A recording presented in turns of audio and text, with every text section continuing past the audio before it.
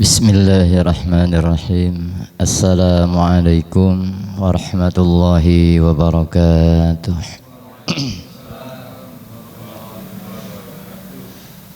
Bismillahi walhamdulillah alladzi yuqbalu taubata an ibadihi wa ya'fu anis sayyiati wa ya'lamu ma taf'alun wa yastajibu alladhina amanu wa 'amilu shalihati wa yaziduhum min fadlihi. Ashhadu an la ilaha illallah wahdahu la syarika lah wa ashhadu anna Muhammadan abduhu wa rasuluhu la nabiyya ba'dah. Allahumma fassalli wa sallim ala sayyidina wa habibina wa syafi'ina wa maulana Muhammadin wa ala alihi wa ashabihi wa man tabi'ahum bi ihsanin ila yaumiddin, amma ba'd. Qala Allah ta'ala fi kitabihil karim wa huwa asdaqul qailin.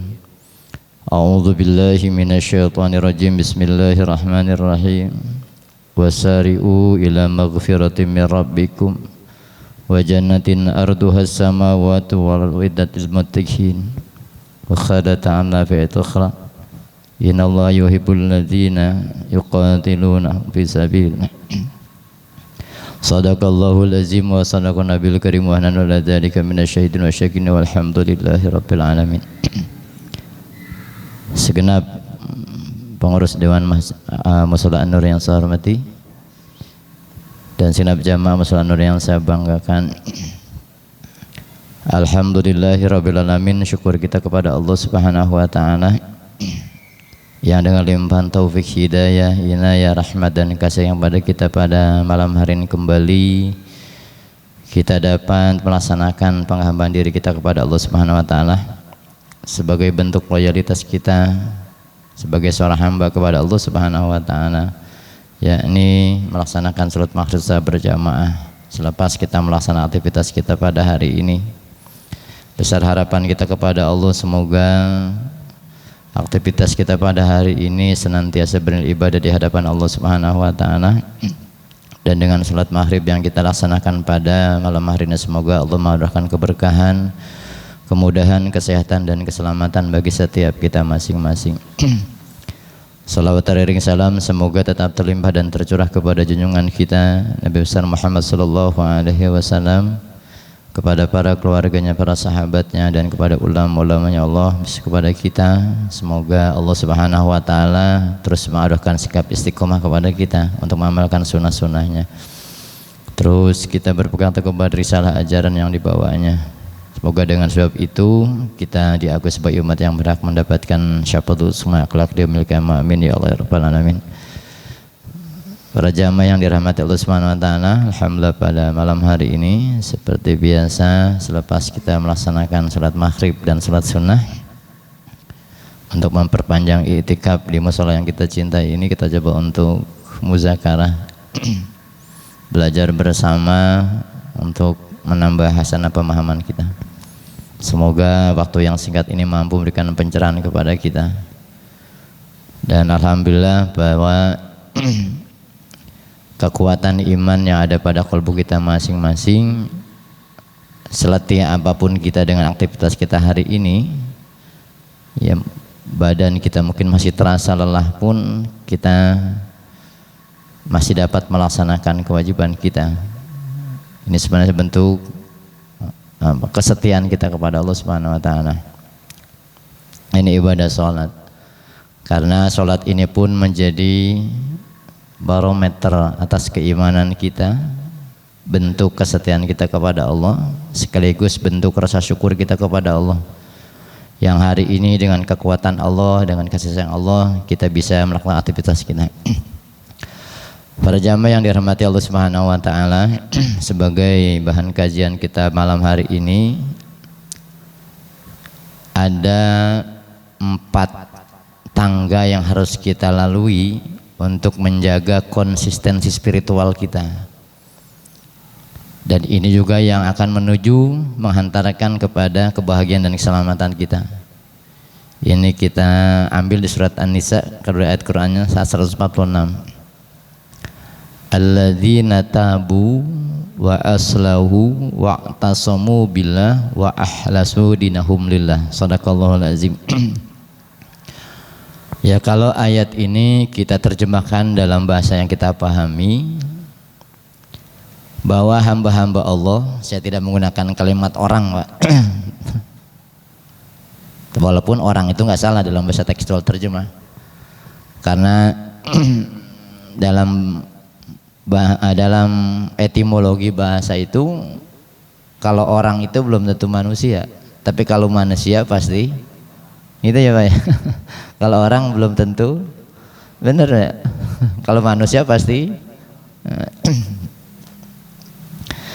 Ya, jadi hamba-hamba Allah empat tangga ini maksudnya. Ya, ini yang terus menjaga konsistensi spiritualnya. Dan ini empat tangga yang memang tidak boleh kita lewati untuk menuju kebahagiaan. Alladzina tabu, mereka hamba Allah yang taubat, yang pertama. Yang kedua, mereka yang wa aslahu, memperbaiki diri. Yang ketiganya wa tasamu billah, itisam kepada agama Allah, artinya berpegang teguh kepada aturan agama. Dan yang keempatnya wa ahlasu dinahum billah, mereka ikhlas dalam melaksanakan perintah agama. Kita bahas satu-satu, Pak. Jadi mudah-mudahan kita termasuk orang yang digolongkan orang yang bertobat kepada Allah. Kalau dalam Al-Quran ada 3 kelompok hamba Allah yang taubat, Pak. Ada istilah Quran itu taib atau taibun, wajarnya fa'ilun. Ada disebut munib, ada disebut awwab, tergantung motivasinya. Tapi kalau di teks terjemah biasanya semuanya sama, diartikan ya bahasa umum lah, orang-orang yang bertaubat gitu. Tapi dalam bahasa atau etimologi ini memiliki definisi berbeda atau makna yang berbeda. Kalau yang pertama, hamba Allah yang taubat itu yang disebut taibun. Kalau taubat bahasanya ngerti ya, artinya apa ya? Taubat itu tahu? Taubat itu artinya apa? Taubat artinya apa taubat? Arruju, kembali. Ya. Jadi taubat itu kembali dari jalan yang salah, kembali ke ya. Kalau secara syariat yang tadinya meninggalkan perintah Allah, ini berarti kita dalam ini artinya kita taubat nih, kembali ke jalan Allah. Arruju ilallah itu maksudnya. Jadi taubat itu mereka yang kembali kepada Allah, yang tadinya banyak melupakan Allah sehingga dia taubat, lalu dia kembali mengingat atau melaksanakan perintah Allah. Nah, yang pertama yang disebut taib, ada motivasi taubat mereka karena takut akan siksaan Allah, sehingga mereka kembali kepada Allah. Motivasinya karena takut akan siksaan Allah. Ya, mungkin mendengar kalau melakukan sebuah kesalahan, semua kemaksiatan, maka akan ada azab atau siksaan Allah. Begitu mendengar tentang siksaan itu, sehingga dan ada titik hidayah yang Allah berikan ke kalbunya, ada kesadaran di dalam dirinya, lalu dia kembali. Ini juga nggak salah motivasi ini. Biasanya memang motivasi kita apa nih? Ini level pertama. Jadi orang yang kembali ke jalan Allah, motivasinya karena takut akan azab atau siksaan Allah. Cuma memang sering saya bilang gini Bapak sekalian, persoalan kita ketika bicara azab, siksaan, balasan ya itu mikirnya kita nanti gitu. Makanya kadang kita agak tulul amal, urusan nanti aja gitu. Padahal yang namanya balasan, baik itu berbentuk pahala kalau dalam bahasa umum, ataupun berbentuk apa namanya, dosa, itu sebenarnya langsung dibalas, Pak. Di dunia ini kita merasakan itu. Nah, sehingga setiap dari kita ingin bahwa terus memperbaiki diri. Kalau kita mikir bahwa nanti siksaannya nanti, ini biasanya mohon maaf terjebak tulul amal, sehingga semuanya. Padahal kita tahu bahwa kehidupan kita di dunia ini sangat menentukan untuk kehidupan kita berikutnya. Benar ya? Jadi kalau ingin bahagia hasanah fil akhirah, ingin hasanah fil akhirah, harus mendapatkan hasanah di dunia dulu, katakanlah begitu. Nah, kalau boleh saya mengulang pernah saya sampaikan, pahala itu apa sih gitu. Misalkan kita melakukan sebuah kebaikan lalu diganjar oleh Allah, diberikan balasan yang namanya pahala gitu. Ganjarnya disebut pahala. Terasa nggak Pak kalau kita ini diberi pahala oleh Allah? Jadi balasan itu bukan cuma nanti Pak. Ya nanti iya, perhitungan terakhir di yaumil hisab, di akhirat, dan itu tidak ada yang bisa kita dustakan. Kalau salah, salah, benar, benar. Itu keadilan yang paling adil nanti. Tadi ayatnya sudah dibaca sama Pak Wan. Karena Allah itu maha pengadil yang luar biasa di surat At-Tin akhirnya. Maka disunahkan Pak, kalau kita membaca ayat ini lalu kita baca bala wa ana dzalika minasyahidin. Bahwa kita menjadi saksi bahwa Allah itu hakim yang seadil-adilnya begitu. Saya menarik kalau ayat itu sebenarnya ada tafsiran Pak. Manusia diciptakan dalam bentuk yang sempurna. Terus ada kalimat berikutnya Pak. Summa rodat asfala sabin ila jannati wa misalat falahum ajrun ghairu. Orang yang beriman beramal soleh dapat pahala tiada terputus. Ini tafsirannya gini Pak. Kalau boleh saya membahas ini sedikit lah. Jadi kalau masih muda, masih sehat, kita masih gagah terus ibadah nih, rajin ibadah, aktif ibadahnya, kan usia kita terus bertambah. Seiring usia bertambah maka kondisi fisik kita semakin lemah. Sehingga ketika kondisi kita lemah, ya mungkin kita tidak lagi bisa sempurna menjalankan ibadah. Mungkin ke musala aja jalannya udah payah. Terus kita sering sakit-sakitan nih. Ya masa tua kan begitu. Banyak tamu yang datang, asam urat lah, asam lambung lah. Tamu yang datang udah banyak ke kita. Sehingga kita tidak lagi bisa sempurna melakukan ibadah.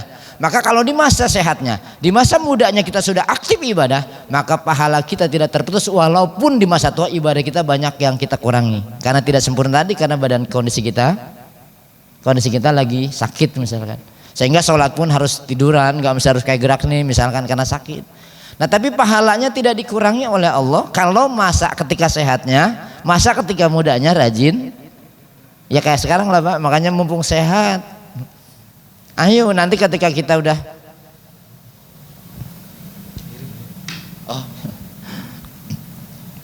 mumpung sehat, kalau udah sakit kan nggak, mumpung kaki kita masih bisa melangkah ke musola An-Nur nih. Itu nanti kalau udah nggak bisa melangkah serempot.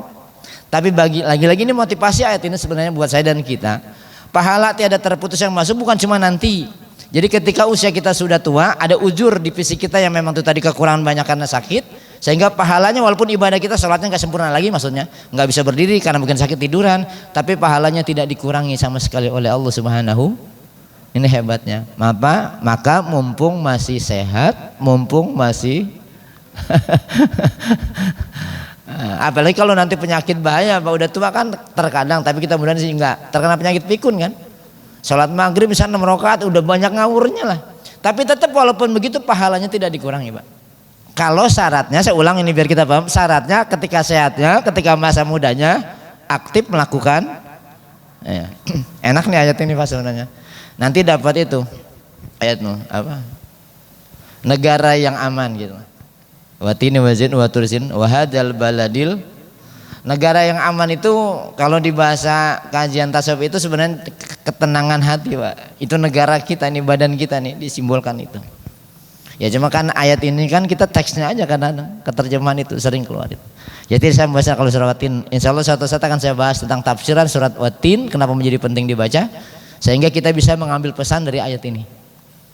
Karena sering saya bilang gini, Quran itu petunjuk Pak.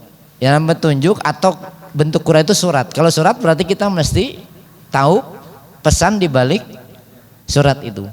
Dan kita ingin bahwa benar Quran kita jadi petunjuk. Saya bilang kalau dapat pahala ya pasti orang baca Quran itu pasti dapat pahala. Tapi kita ingin menjadikan Quran tidak hanya sebagai pengumpul deposito pahala kita untuk bekal, tetapi juga ingin menjadikan Quran sebagai hudan. Karena bagi orang-orang yang bertakwa, Quran itu sebagai hudan. Cuma emang namanya petunjuk, kita butuh penunjuk Pak. Benar ya? Kalau Quran itu petunjuk berarti kita butuh penunjuk. Maksud saya gini, ya termasuk saya lah, saya terus belajar ke guru saya. Karena kita nih nggak memahami banget Al-Quran, maka kita butuh yang menunjukkan biar kita paham. Artinya perlu guru yang menunjukkan Quran itu. Ya kalau baca sendiri malah nanti repot nih, nggak ada gurunya gitu. Ya terjemahan itu membantu kita untuk lebih gampang memahami Quran, tapi nggak stuck di situ. Karena terkadang terjemah itu tidak mewakili tujuan ayat yang sebenarnya. Kalau kita tidak membuka itu. Ini pentingnya, saya sering motivasi buat teman-teman Pak, termasuk buat diri saya. Ayo jangan jauh dari Quran, pelajari Quran. Udah bisa membacanya, naikin levelnya. Kalau udah bisa bacanya, naikin levelnya, berarti coba untuk menerjemahkan walaupun secara bahasa teks tadi. Nah setelah itu coba untuk membuka, membedah dengan ilmu tafsirnya, sehingga kita bisa mengambil pesan dari Al-Quran yang kita baca. Jadi Quran itu benar jadi konsep hidup kita, gitu maksudnya. Nah termasuk ayat ini Pak. Jadi orang yang pertama lah kalau ke ayat tadi. Mudah-mudahan ini keburu nih 4 tangganya. Kalau enggak nanti kita sambung pada pertemuan berikutnya. Berarti kelompok pertama orang yang kembali ke jalan Allah dan udah bisa taubat itu dapat hidayah Pak. Karena memang ada hamba-hamba Allah yang Allah biarkan ini. Dia bergelimang dengan kesalahan, kemaksiatan dan tidak diberikan hidayah. Tidak ada kesadaran untuk kembali maksudnya. Nah ada kesadaran untuk kembali artinya taubat, itu sudah dapat hidayah pertama tuh. Biasanya mohon maaf bahasa kata kalau orang ini diselamatkan oleh Allah pasti diberikan hidayah untuk kembali Pak. Tapi kalau emang hamba Allah ini, manusia ini, kalau bahasa syariat ini menjadi penduduk neraka, dia dibiarkan oleh Allah untuk bergelimang dalam kemaksiatan. Udah terus segitu. Dan memang dia nggak mau mencari juga sebenarnya, bukan salah Allah juga. Dan mereka tidak mau mencari hidayah, tidak mau menjemput hidayah. Makanya hidayah itu jangan ditunggu Pak. Hidayah itu dijemput. Kan kalau bicara hidayah itu ada 3. Ada hidayatul ham namanya. Hidayatul am itu umum. Kalau bahasa ini insting. Ini kepada siapapun diberikan oleh Allah. Kepada manusia ketika masih bayi pun diberikan ini hidayah. Ketika lapar dia ngisep jempolnya gitu, atau menangis, itu bagian dari hidayah. Itu insting namanya. Mohon maaf hewan-hewan pun dikasih ini kalau insting. Nah hidayah yang kedua namanya hidayatul bayan. Nah ini harus kita jemput. Hidayatul bayan itu petunjuk keterangan-keterangan tentang bagaimana etika hidup dengan hukum normatif yang Allah berikan kepada kita berupa Al-Quran. Quran ini kan hukum normatif yang Allah berikan agar kita hidup ini punya aturan. Pentingnya Quran. Nah ini harus dijemput. Di mana menyebut hidayah? Ya di sini, di musola, di tempat-tempat majelis ilmu. Itulah tempat kita untuk menjemput hidayah. Jangan nunggu lah nanti juga kalau dapat hidayah saya lebih rajin, tapi diam di rumah ya nggak gitu. Rezeki aja kudu dijemput, bener Pak. Kan kita yakin bahwa rezeki itu sudah diatur, dijamin sama Allah, tapi perlu dijemput nggak? Lah iya, urusan rezeki aja perlu dijemput.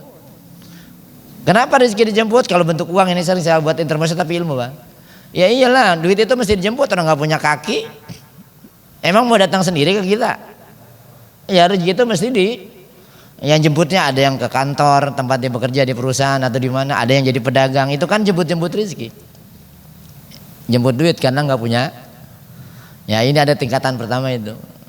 Nah tapi yang lebih cepat itu kalau ingin rezeki datang kita ingin ngejar rezeki apa rezeki ngejar kita Pak? Kepinginnya kalau kita ngejar rezeki kadang-kadang capek nggak dapat Wawan. Tapi kalau rezeki yang ngejar kita nggak akan salah alamat gitu. Metodenya gampang Pak. Rezeki itu seperti ayam. Kalau dikejar belum tentu kita dapat. Tapi kalau dikasih jagung, dia akan datang kepada kita. Artinya maka Islam mengajar kita ada zakat, ada sedekah. Itu sebenarnya saking sayangnya Allah. Cuma kan kita mau mikir-mikir kalau mau kayak gitu tuh. Aduh mau infak ini buat masalah 500.000, mikir aduh besok bocah sekolah belum akhirnya berapa Pak yang disedekahin. Masih bagus lah ya. Jadi pilih mau jemput ya, kalau di ini masa keren Pak. Kalau di makom kasab kayak kita lah mesti jemput Pak. Karena ada urusan itu ada 2, ada makom kasab, ada tajrid namanya. Tajrid itu orang nggak jemput tapi rezeki yang iya. Ini mah makom orang soleh lah. Kita mah masih harus jemput. Diam di rumah. Ya nungguin aja. Datang pasti ada yang ngirim. Cuma kapan datangnya ya sabar yang gitu. Lebih cepat dijemput kan. Ya jadi tobat. Yang pertama ya tadi masalah pahala, dosa maaf. Pahala itu ini setiap perbuatan, ini mana definisi pahala. Setiap perbuatan yang kita lakukan yang membuat kita tenang. Berarti langsung tuh dapat balasan pahala, Pak. Pahala itu melahirkan ketenangan. Kayak kita sholat di An-Nur ini, alhamdulillah setelah sholat tenang, berarti dibalas langsung kan namanya itu? Dibalas, Pak. Cuma kita yang merasa ya pahala dosa nggak terlihat tapi bisa dilakukan oleh pelakunya. Ketika kita zikir ada ketenangan, berarti itu balas langsung karena Allah membalas langsung. Kan ayatnya apal Bapak? Famay ya'mal misqala dzarratin khairan yarah wa may ya'mal misqala dzarratin. Ayat ini bukan cuma buat nanti loh, Pak. Al-Qur'an berlakunya di sini juga. Dibalas langsung, cuma karena kita nggak ngeh itu balasan Allah tuh. Nah kalau dosa itu setiap perilaku yang kita lakukan yang membuat kita tidak tenang, itu berarti namanya dosa. Terasa nggak Pak? Coba terkadang kita kalau berbuat kesalahan ada rasa tidak. Nah itu siksaan yang Allah berikan. Jadi sebenarnya Allah balas di sini, cuma kita nggak mikir gitu, nggak sampai ke sana karena kita dulu sering bermindset agama itu balasan nanti di akhirat, padahal di sini sudah terasa oleh kita. Saking sayangnya Allah kapan berbuat kebaikan kayak salat dikasih langsung pahalanya. Ya itu terasanya adalah jiwa kita tenang. Bukan berarti nanti di sana enggak, di sana lebih hebat dari balasan yang di dunia pasti. Allah berikan yang lebih. Nah jadi taubat Pak. Orang yang taubat berarti sesungguhnya dia sudah diberikan hidayah tuh. Ada kesadaran untuk kembali dari yang lupa jadi ingat, dari yang lalai ya kembali. Nah motivasi pertama adalah mereka yang kembali ke jalan Allah karena takut akan siksaan Allah tadi. Nah kalau mikir siksa kan berarti kita jangan mikir di sono Pak. Oh kalau saya berbuat salah takut nih. Karena sebenarnya apa yang kita dapati hari ini itu mungkin tanaman kita kemarin, benar Pak? Apa yang kita dapati hari ini mungkin kita tanam di hari kemarin, dan kita nanam hari ini kita nanam apa? Akan kita petik besok.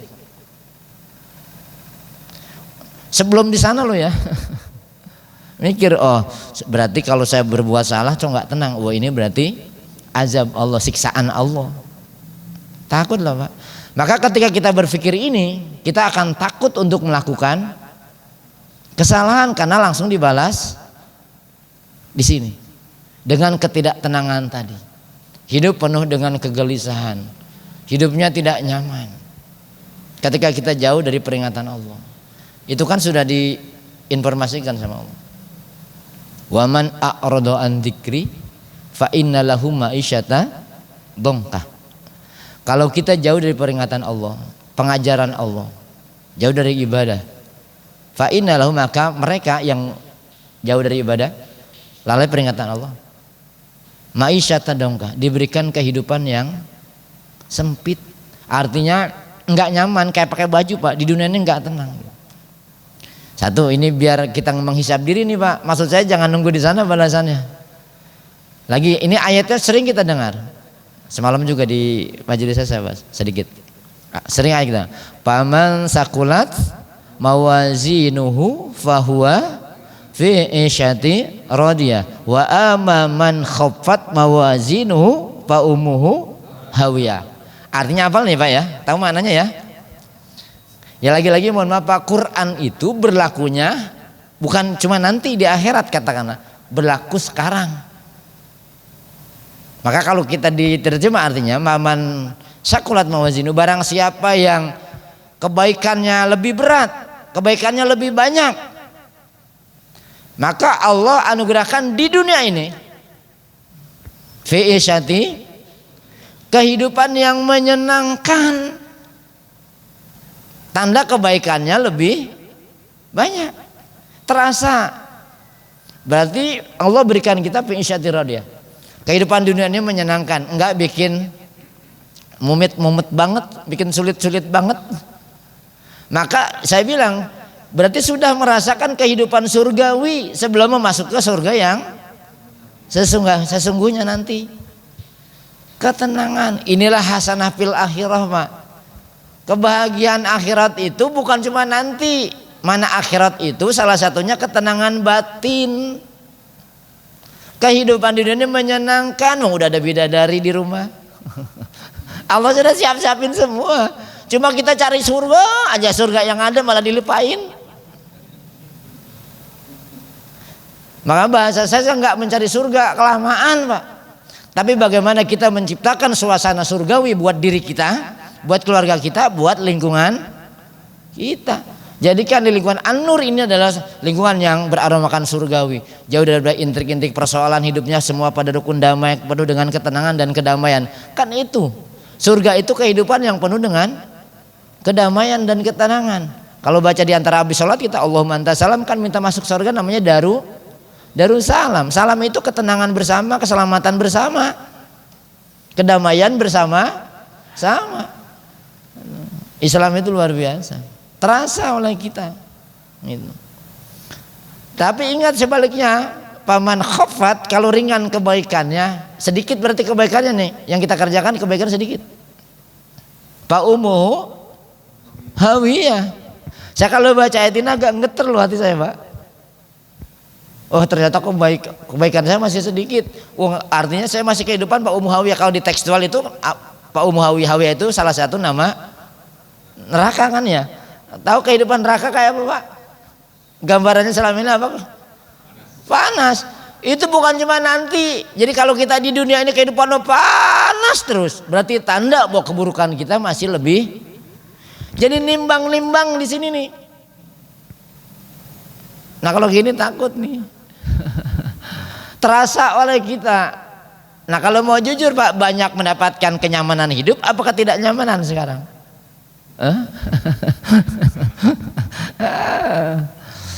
Jadi ditimbang-timbang. Ya lagi-lagi Quran berlakunya juga sekarang, Pak. Bukan cuma balasan Allah, bukan cuma nanti, di dunia juga ada balasannya. Walaupun tidak sesempurna nanti balasan di akhirat, di kehidupan berikut. Oh, berarti kalau kebaikan saya lebih banyak, maka saya di zona aman. Hidupnya menyenangkan, pisati rodia. Tapi kalau kebaikan saya sedikit, artinya keburukannya lebih banyak, perbuatan kita yang buruk lebih banyak, berarti membuat kehidupan kita seperti di kehidupan, iya panas, pikiran panas, hati panas, di rumah tangga rasa panas. Mau hidup di mana tenang kayak gitu? Itulah gambaran kehidupan neraka. Serba panas, padahal rumahnya pakai AC 1000 watt, tapi nggak menyejukkan hatinya. Karena yang panas bukannya badannya yang panas, hati dan pikirannya. Sampai doa Allahumma ajirni minan nar. Di kitab Al-Azkar memang 7 kali sunahnya pada sholat itu. Allahumma ajirni minan nar, ada yang 3 kali, di kitab Al-Azkar 7 kali baca itu. Artinya kita minta kepada Allah agar dihindari pada kehidupan yang membuat kita panas. Itu juga buat di sini, Pak, bukan cuma nanti. Kita ini kadang-kadang mindset kita kalau bicara neraka nanti, padahal di sini juga. Biasanya kalau karyawan rasa kehidupan nerakanya kalau udah tanggal-tanggal tua. Serba mentok tuh ya. Aduh ya Allah. Jadi tobat, Pak. Ya dengan kita, ini level pertama. Ini udah bagus, Pak. Ini biasa di kita lah. Orang yang kembali ke jalan. Kalau udah tahu begini, saya yakin ada motivasi buat kita untuk kembali ke jalan Allah. Karena ternyata ajab siksaan tidak hanya nanti, sekarang aja. Ya, sudah bisa dirasakan oleh kita. Nah itu Malik Yaumiddin di Fatihah tafsirannya, Pak, yang merajai hari. Ya pembalasan baik di dunia maupun di akhirat memberikan itu. Yang pertama. Ini tingkatan kita kan, disebut taibun. Yang kedua, hamba-hamba Allah yang kembali ke jalan Allah bertaubat itu karena punya rasa malu. Motivasinya karena malu kepada Allah kalau bermaksiat. Ini levelnya lebih tinggi nih dari yang pertama. Kalau saya maksiat nih saya malu sama Allah. Ini sudah mulai masuk ke tahapan spiritualnya meningkat, Pak.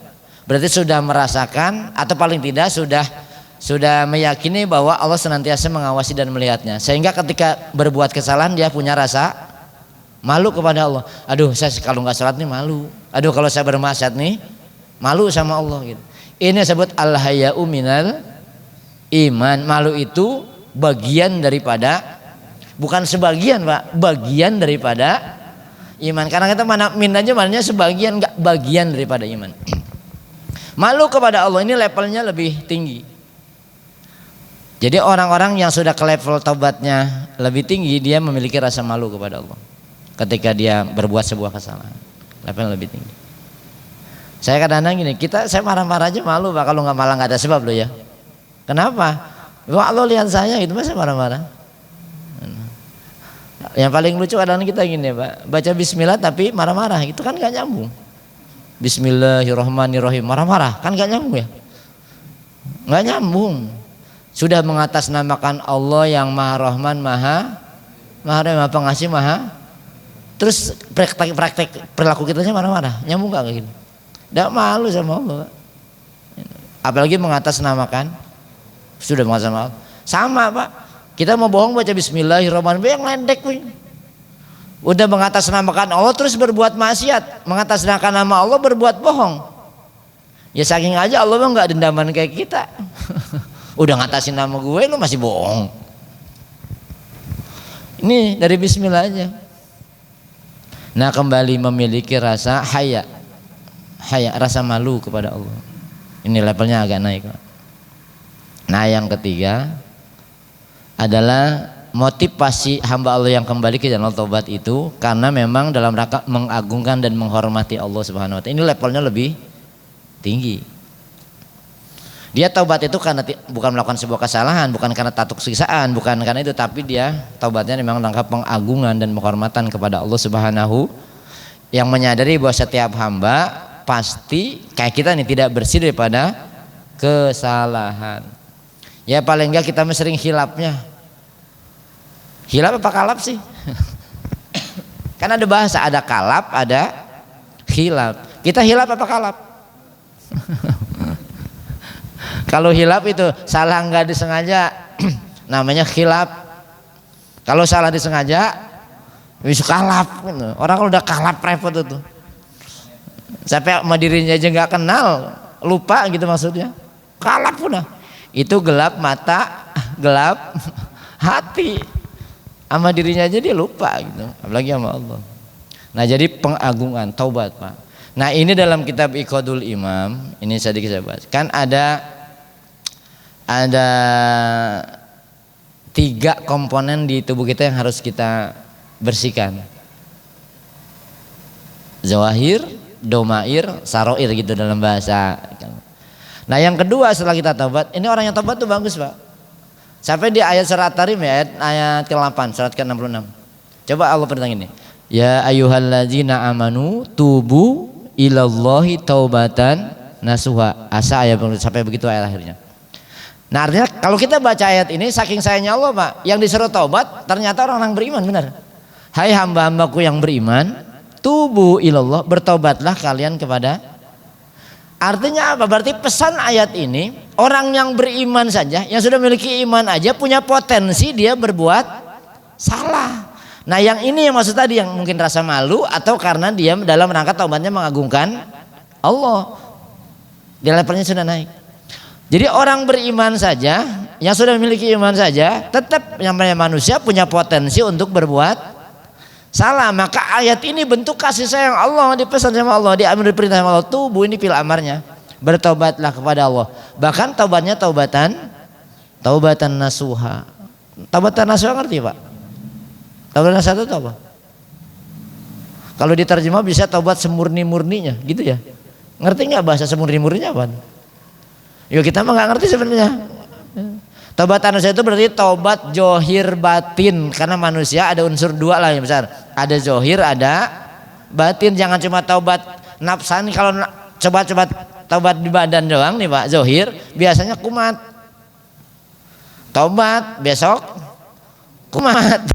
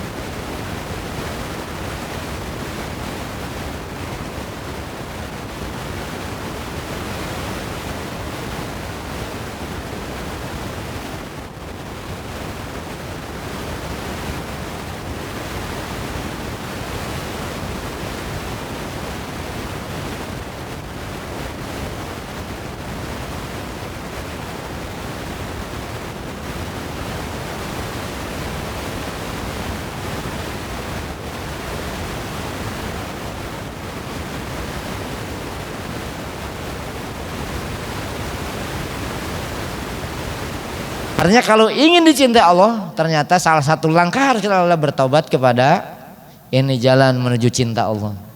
Taubat dari kesalahan kita. Ya cuma taubatnya johir, batin taubatan nasuha. Dari kesalahan kita yukaffiru sayyi'atikum. Kesalahan kita ditutup oleh Allah tuh.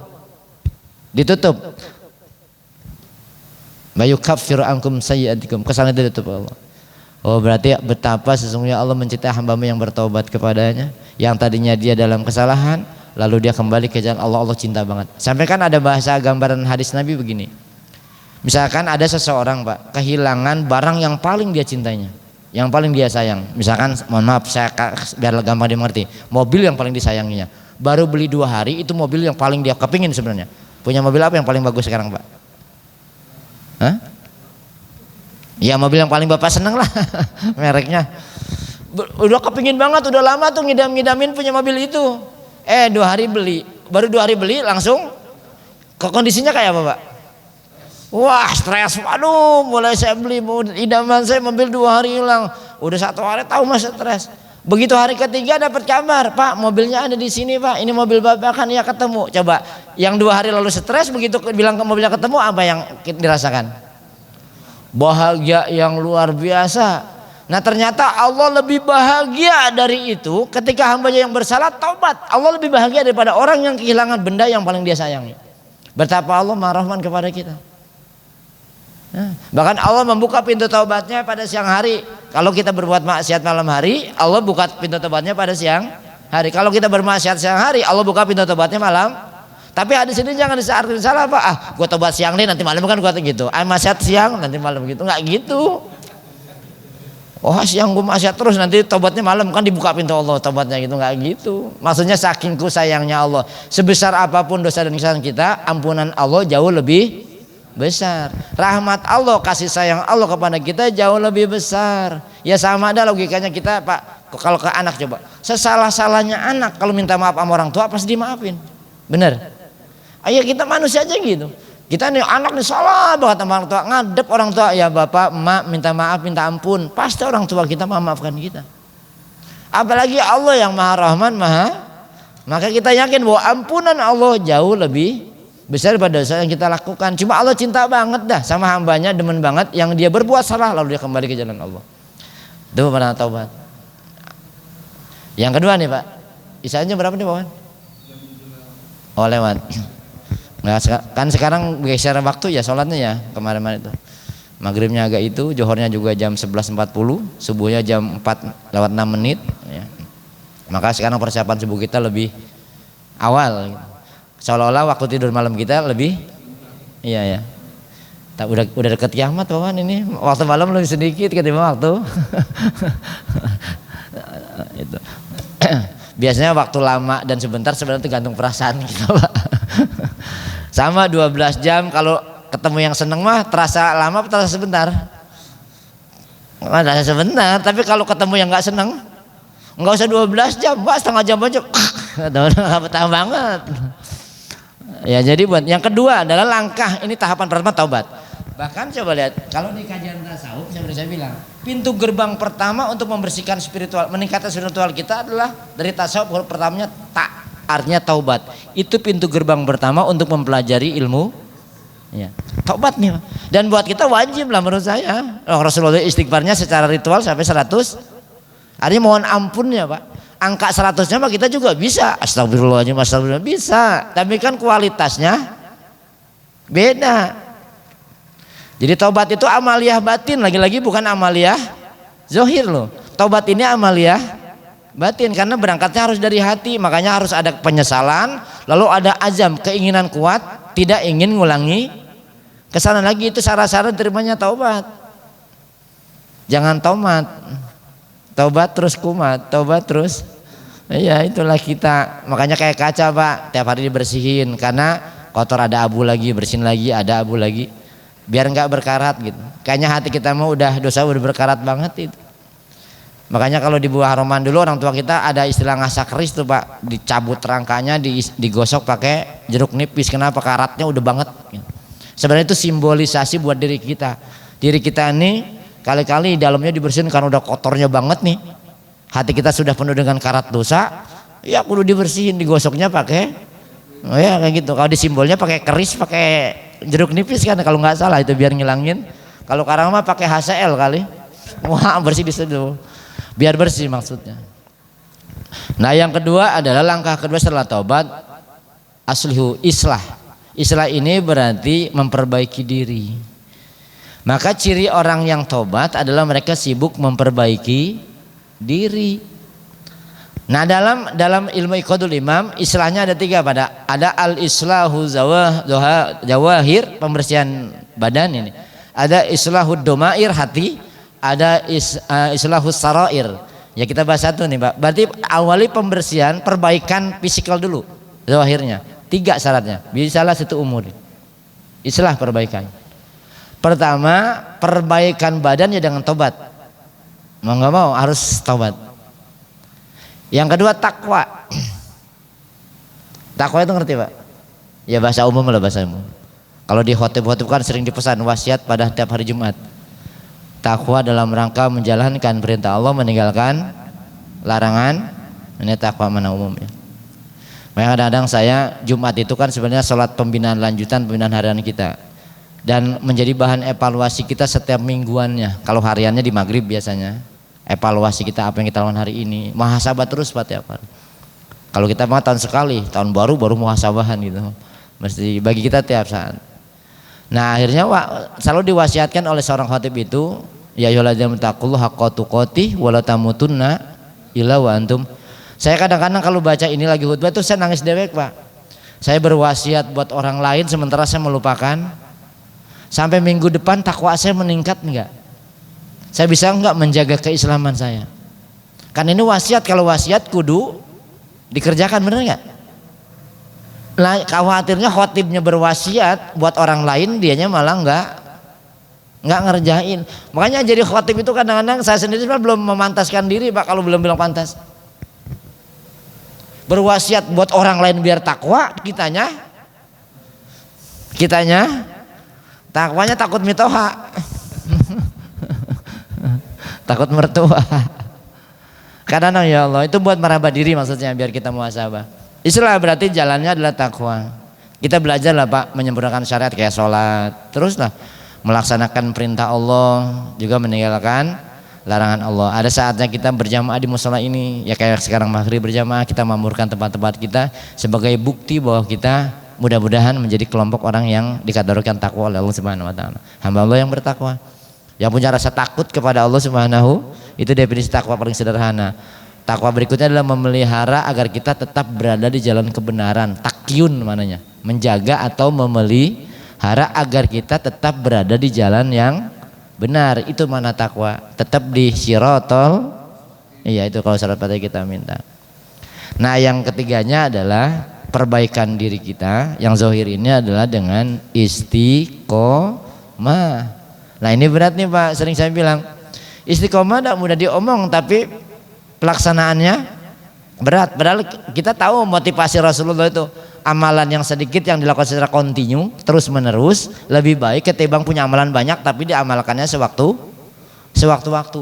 Kayak sedekah Pak, tiap hari 5.000 itu lebih baik ketimbang sebulan sekali 20.000. Apalagi setahun sekali 50.000. Mendingan yang tiap hari 5. Terus aja itu 5.000 tiap hari.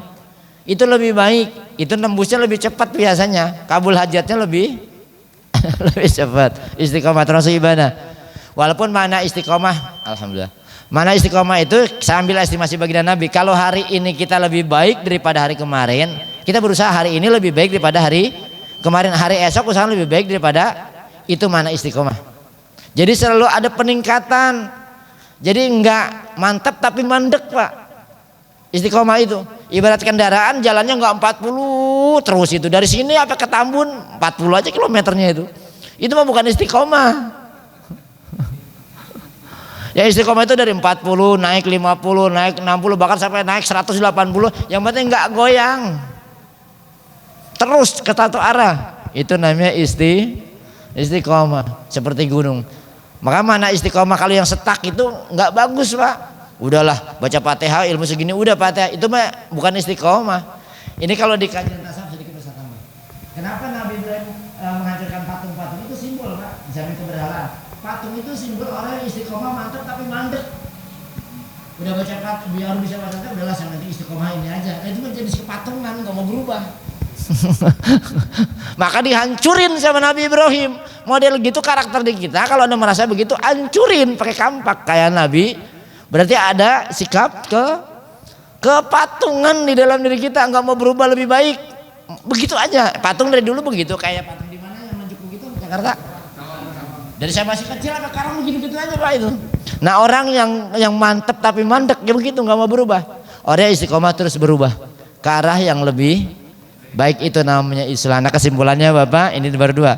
Orang yang taubat berarti dia sibuk dirinya karena dia terus memperbaiki dirinya. Nanti ada domairnya, perbaikan hati, islah dalam kalbu kita. Dan salah satu ciri orang yang diterima taubatnya, ini kabar gembira buat kita. Salah satu ciri orang yang diterima taubatnya, ketika Rasul ditanya, ya Rasulullah, apa tanda ciri orang yang diterima taubat sama Allah? Mereka aktif hadir ke majelis ilmu. Ini kayak gini nih. Boleh kita termasuk orang yang ciri tanda taubatnya diterima karena kita rajin hadir ke majelis.